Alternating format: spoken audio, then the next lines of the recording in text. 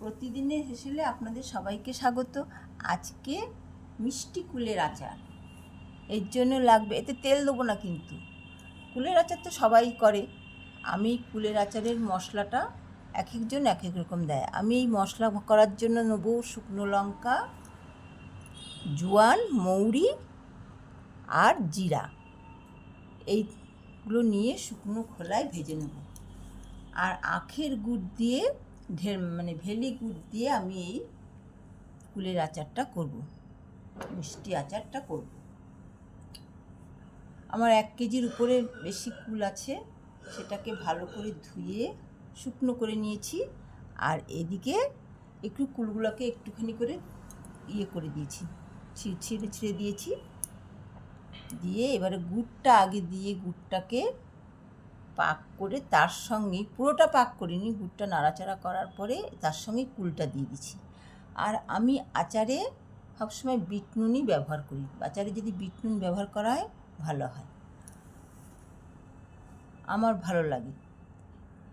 অন্য নুন দিলেও খুবই ভালো লাগে, সেটা না। এইবার আচারের জন্য হলুদ আর লঙ্কা গুঁড়ো এটা দিলাম।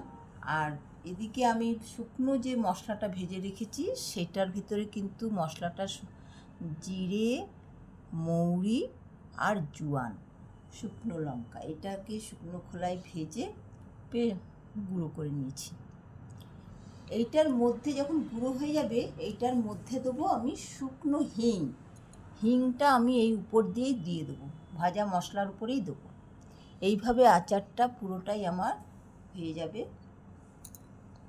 হয়ে যাওয়ার পরে এবারে কিছুক্ষণ বাদে আমি মশলাটা দেবো। এবার নাড়তে নাড়তে মশলাই হয়ে যাবে। এইবারে আমি এই গুঁড়ো মশলার উপরে, ভাজা মশলার উপরে হিং দিয়ে দেবো।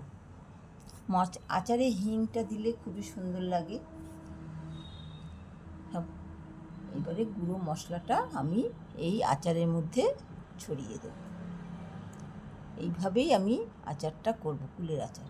খেতে খুবই সুন্দর আর টেস্টি। হয়ে গেল আমার সুন্দর কুলের আচার।